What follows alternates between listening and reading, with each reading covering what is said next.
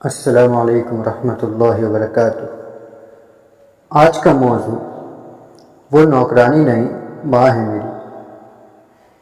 ایک دن میں اور زاہد صاحب آفس کینٹین پر بیٹھے چائے پی رہے تھے کہ میں نے ان کے ہمہ وقت بجھے بجھے سے رویے کی وجہ پوچھی۔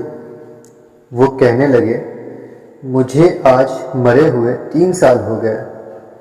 میں نے نظریں اٹھا کر ان کی آنکھوں میں دیکھا، جہاں اس جملے کے ساتھ ہی دنیا بھر کی نقاہت اتر آئی تھی۔ پھر کہنے لگے، میں ہمیشہ سے بدتمیز رہا ہوں۔ بچپن میں اسکول جاتے ہوئے ضد، کھانا کھاتے ہوئے نخرے، وہ نہیں کھانا یہ نہیں کھانا۔ مجھے نہیں یاد کہ 5ویں کلاس تک میں نے اپنے ہاتھ سے نہایا ہوں، کھانا کھایا ہوں، کپڑے پہنے ہوں یا جوتے کے تسمے باندھے ہوں۔ باپ کا تو مجھے صرف نام ہی ملا، نہ کبھی اس کی صورت دیکھی اور نہ پیار۔ بھائی کا سہارا کیا ہوتا ہے اور بہن کی محبت کیا ہوتی ہے کچھ معلوم نہیں۔ پرائمری، مڈل اور پھر میٹرک تک یہی عادت رہی کہ رات کو سونے سے پہلے کتابیں، کاپیاں، بستہ غص تمام چیزیں ادھر ادھر بکھری چھوڑ کر سو جاتا تھا، مگر صبح آنکھ کھلتے ہی دیکھتا تھا کہ تمام چیزیں بہت ہی سلیقے سے بستے میں پڑی ہیں اور بستہ بڑی نفاست سے میز پر پڑا ہے۔ مجھے لاکھ بار کہا جاتا تھا کہ دودھ پی کر سونا، مگر میں نہیں پیتا تھا۔ لیکن جب صبح اٹھتا تھا تو لب شیریں اور منہ کا ذائقہ بتلا ہوتا۔ پہلے پہل تو پتہ نہیں چلتا تھا، مگر آہستہ آہستہ پتہ چل گیا کہ رات کو نیند میں ہی دودھ پلا دیا جاتا ہے۔ رات کو کبھی آنکھ کھلتی تو دیکھتا کہ بارش ہو رہی ہے اور مجھ پر کمبل ڈال دیا گیا ہے کہ سردی نہ لگ جائے۔ مجھے ہمیشہ گھر میں 2 ہی چیزوں سے چڑ رہی، ایک 11 سے 13 گھنٹے تک ہاتھ سے چلائی جانے والی سلائی مشین سے، اور دوسری روٹی کے کناروں سے ان پر اکثر گھی لگنے سے۔ رہ جاتا تھا، مگر روٹی کے وہ سوکھے ٹکڑے جو میں اتار دیتا تھا نہ تو کبھی گھر سے باہر فروخت ہوتے تھے اور نہ ہی کوڑے دان میں کبھی نظر آئے۔ اور جب بھی مجھے پیسے چاہیے ہوتے تھے تو میں اسی سلائی مشین کا رخ کرتا جس سے مجھے چڑ تھی۔ جب بھی مجھے کبھی معمول سے ہٹ کر زیادہ پیسوں کی ضرورت ہوتی تو دیکھتا کہ گھر میں سلائی مشین کے چلنے کے دورانیہ 16 گھنٹے تک جا پہنچا ہے۔ مجھے یاد ہے کالج میں داخلے کے وقت مجھے 1500 روپے چاہیے تھے۔ میں نے گھر آ کر بتا دیا۔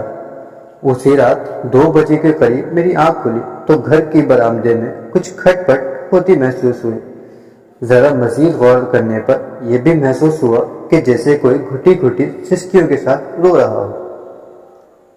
چپکے سے برآمدے میں جا کر دیکھا تو موٹے شیشے کا چشمہ لگائے میری ماں جانے کب سے مشین میں دھاگا ڈالنے کی مسلسل کوشش کر رہی ہے اور ساتھ ہی ساتھ آنسو بھی گر رہے ہیں۔ میں نے پوچھا، کیا کر رہی ہے ماں؟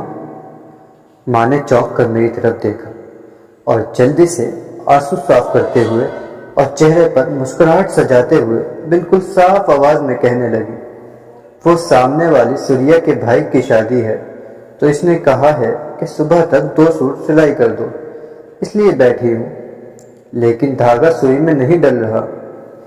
اس دن مجھے ماں کی حالت اور آنسو دیکھ کر احساس ہوا کہ مجھے کوئی چھوٹا موٹا کام کرنا چاہیے۔ میں مناسب کام بھی ڈھونڈتا رہا اور پڑھتا بھی رہا۔ ادھر FA مکمل ہوا، ادھر آفس میں کام مل گیا۔ میں نے گھر جا کر ماں کو بتایا تو وہ خوشی سے نہال ہو گئی، دربارے لا کر محلے میں بانٹے۔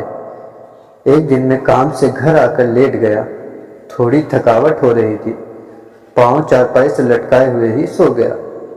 جب اٹھا تو دیکھا کہ خلاف معمول آج نہ جوتے میرے پاؤں سے اترے تھے اور نہ ہی کھانا بنا تھا۔ ماں کو آواز دی، ماں ماں ماں اٹھ، بھوک لگی ہے۔ ماں چیخ کر رویا، 1000 منتیں اور ترلے کیے، مگر شاید ماں آپ کی بات اٹھنے کے لیے نہیں سوئی تھی۔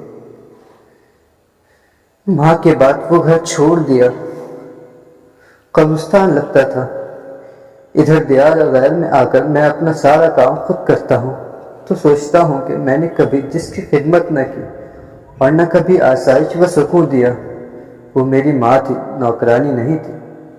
یہ کہتے ہوئے زاہد کے دو موٹے موٹے آنسو رخساروں پر بہہ گئے۔